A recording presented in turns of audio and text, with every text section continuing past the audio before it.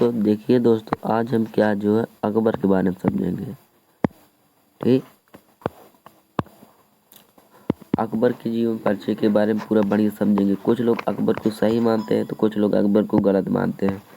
इसमें आप देख लीजिएगा कि अकबर सही है कि अकबर गलत है। अकबर जो था, इसके बारे में जानने के लिए आप इस वीडियो को पूरा देखिएगा, और इसके बाद जो इससे संबंधित जो आपके प्रीवियस ईयर क्वेश्चन है उसे भी सेम क्या करा दिया जाएगा, हल करा दिया जाएगा। ठीक, जहाँ से भी प्रीवियस ईयर क्वेश्चन है सबको उसमें इसमें हल करा दिया जाएगा। देखिए, जैसे हम अकबर के बारे में कुछ डिटेल्स में जाने दिया है कि मुगल शासनकाल में जितने भी राजा महाराजा हुए हैं, अकबर उनमें से सबसे अलग और प्रभावशाली शक्तिशाली राजा था। अकबर एक बहादुर और शांतिप्रिय राजा था। ठीक, उसकी कुछ खास बात यह है कि उसने बचपन में राज चलाने का काम किया था। यह 13 वर्ष की आयु में क्या कराने कौन सा काम कर रहा था, राजगद्दी संभालने का कार्य करता था। ठीक, इसके जो दादा थे, इसके दादा कौन थे, बाबर। मैं हुमायूं पे वीडियो नहीं बनाया क्योंकि अभी मुझे लग रहा है जो हुमायूं है उनसे उतना क्वेश्चन नहीं पूछ जाता, इसीलिए हुमायूं पर वीडियो नहीं बनाया। कौन थे, बाबर। जो बाबर थे इसके दादा थे, वो कितने वर्ष की आयु में गद्दी संभाले थे, तो वो संभाले थे 11 वर्ष की आयु में, और अकबर संभाला था 13 वर्ष की उम्र में। समझिए, जो अकबर था मुगल सम्राट का कौन सा तीसरा शासक था। ठीक, जो 13 वर्ष की उम्र में क्या संभाला था, गद्दी को संभाला था। उन्होंने अपने मुगल साम्राज्य का ना तो सिर्फ काफ़ी विस्तार किया था, बल्कि हिंदू मुस्लिम एकता पर भी बल देने का कार्य किया था। ये देखिए, ये हिंदू और मुस्लिम को दोनों को एक ही बराबर समझता था। ठीक, दोनों में एकता पैदा करने के लिए नई नई नीतियाँ चलाता था। अकबर खुद तो था अनपढ़ गवार, लेकिन वह शिक्षा को बहुत महत्व देता था। ठीक, वह जिन लोगों से सभी विषयों में असाधारण ज्ञान था, इसलिए उसे शासनकाल में कला साहित्य शिल्प कला का काफ़ी विकास हुआ था। ठीक, कला का विकास इसके जीवन में बहुत हुआ था। यह महिलाओं की शिक्षा पर भी काफ़ी ध्यान दिया करता था। ठीक, उनके द्वारा किए गए कामों की वजह से अकबर महान कहकर भी बुलाया जाता था। ठीक, वे सभी धर्मों को आदर सम्मान करने वाला योद्धा था। कई अलग अलग धर्मों के तत्वों को इकट्ठा कर अकबर ने नया संप्रदाय दीन ए इलाही की स्थापना की थी। अब हम अकबर के जीवन के बारे में विस्तृत अध्ययन करते हैं। ठीक, अकबर का जन्म कब हुआ था, कहाँ हुआ था, सब देखिए। अकबर का पूरा नाम क्या था, ये कई बार पूछा जाता है एग्जाम में कि अकबर का पूरा नाम क्या था। तो उसका पूरा नाम था अबुल फतल जलालुद्दीन मुहम्मद। ठीक, अबुल फतल जलालुद्दीन मुहम्मद अकबर, और उसके दादा क्या नाम था, जहीरुद्दीन मोहम्मद बाबर। ठीक, इसका जन्म 15 अक्टूबर 1500 कितने में हुआ था, 42 में, और यहीं पर इसके दादा का जन्म कब हुआ था, 1483 ईस्वी में। ठीक, बाबर का भी याद करते चलिए, कहाँ कि उससे भी क्वेश्चन पूछे। इनका जो जन्म स्थान है वो अमरकोट माना जाता है। इनके पिता का नाम क्या था, हुमायूं। पहले थे बाबर। ठीक, बाबर के बाद आए हुमायूं, हुमायूं के बाद आए अकबर, हुमायूं के बाद कौन आए, अकबर। इनकी माता का नाम था नवाब हमीदो बानो बेगम साहिबा। ठीक, इनकी माता का इतना बड़ा नाम था, आप से याद कर लीजिएगा, हमीदो बेगम। ठीक, आप शिक्षा समझिए। अल्प शिक्षित होने के बावजूद सैन्य विधा में इनका अत्यंत प्रवीण था। ठीक, विवाह अकबर की विवाह बात समझिए। अकबर जो था, इसकी पहली पत्नी का नाम था रुकैया बेगम। ठीक, इसकी कई पत्नियां थी, रुकैया बेगम साहिबा, सालिमा सुल्तान बेगम साहिबा, मरियम उज जमीन बेगम। यही जो है जोधा, एक थी है जोधाबाई राजपूत जो थी। ठीक, अभी जोधा भाई के बारे में हम विस्तार समझेंगे।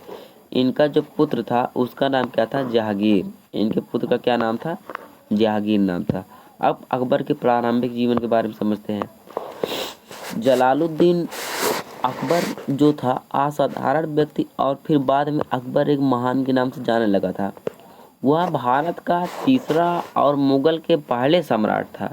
ठीक, वे 1556 में उनकी मृत्यु तक मुगल साम्राज्य के शासक थे।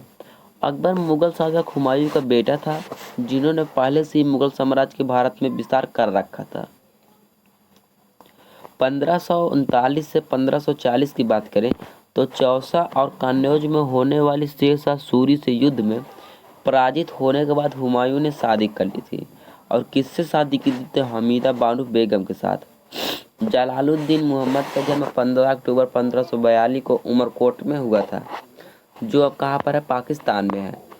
लंबे समय के बाद अकबर अपने पूरे परिवार के साथ काबुल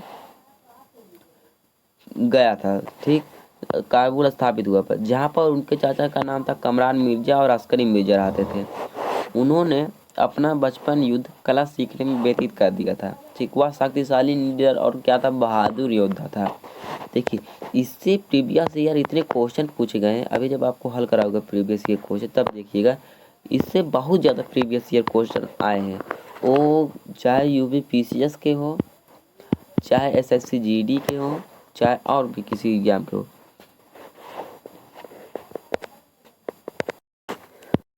आप समझिए 1591 ईस्वी में इसने काबुल में इसके ही चाचा का नाम था, इनके चाचा का हिंदल, उन्हीं की बेटी रुकैया से शादी कर लिया था। ठीक, पूछा जाता है कि अकबर की पहली पत्नी का क्या नाम था? तो क्या नाम था? रुकैया बेगम जिसे कहा जाता है। ठीक, उन्हीं से शादी कर लिया था। हिंदल मिर्जा की मृत्यु होने के बाद हुमायूं ने उनकी जगह ले ली थी और हुमायूं ने दिल्ली को 1555 में पुनर्व्यवस्थित किया और वहां उन्होंने एक विशाल सेना का निर्माण किया था। ठीक, कुछ ही महीनों बाद हुमायूं की क्या हो गई? मृत्यु हो गई थी। इसके बाद समझिए, हुमायूं के गुजर जाने के बाद अकबर जो था बैरम खां की मदद से राज्य का शासन चलाया करता था, जबकि उस वक्त अकबर काफ़ी छोटा था। ठीक, उन्होंने बैरम खां की सहायता से पूरे भारत की हुकूमत की थी। बताइए, जो बैरम खां था, इन्हें 13 वर्ष की आयु से ही गद्दी पर बैठाया था और सारा कार्य करता था। एक क्वेश्चन इसमें से भी बनता है कि वह कौन था जो क्या था? बेटे का भी संरक्षक था और बाप का संरक्षक था। तो बैरम खां जैसा ईमानदार संरक्षक देखने को मिलते ही नहीं है। यह जो था, अकबर जब छोटे थे इन्हें तब से रणनीति सिखाते सिखाते अकबर बढ़ गए और अकबर बड़े होकर क्या किए? इसी से युद्ध कर बैठे। ठीक, मुगल की ताकतवर फौज, राजनीतिक, सांस्कृतिक और आर्थिक वर्चस्व के कारण ही अकबर ने पूरे देश से कब्जा कर लिया था। ठीक, अपने मुगल साम्राज्य को एक रूप बनाने के लिए अकबर ने जो भी प्रांत जीते थे उनके साथ में क्या कर लिया था? संधि कर लिया था। मतलब कोई ना कोई रिश्ता जोड़ लेता था और फिर शादी करके वहाँ पर रिश्तेदारी बना लेता था। अकबर के राज में विभिन्न धर्म और संस्कृति के लोग रहते थे। वो अपने प्रांत में शांति बनाए रखने के लिए कुछ ऐसा योजना अपनाता था जिसके कारण उसके राज के लोग क्या रहते थे? काफ़ी खुश रहते थे। अब देखिए, थोड़ा समझिए, अकबर को साहित्य काफ़ी पसंद था। ठीक, और उसने एक पुस्तकालय की स्थापना की थी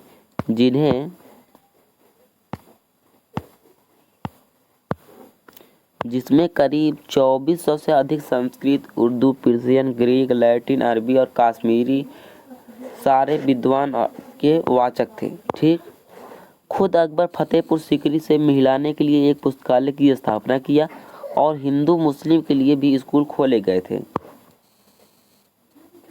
समझिए, ये सब देखिए इम्पोर्टेंट नहीं है, लेकिन इसे वैसे पढ़ दे रहा हूँ। अकबर जो था दिल्ली, आगरा और फतेहपुर सीकरी के दरबार कला से साहित्य और शिक्षा का मुख्य केंद्र बन चुका था।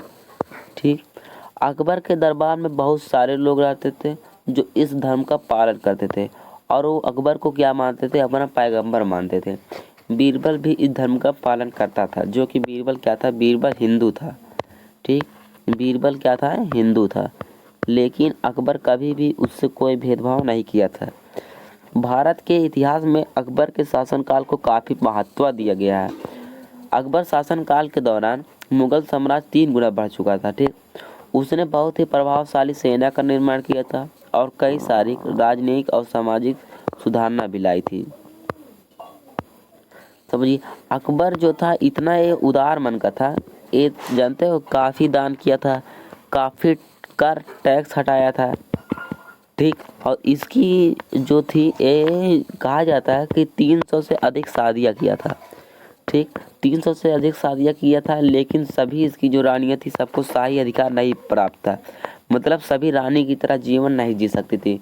मात्र 35 रानियाँ ऐसी थी जो क्या करते थे, रानी की तरह अपना जीवन यापन कर सकती थी। ठीक,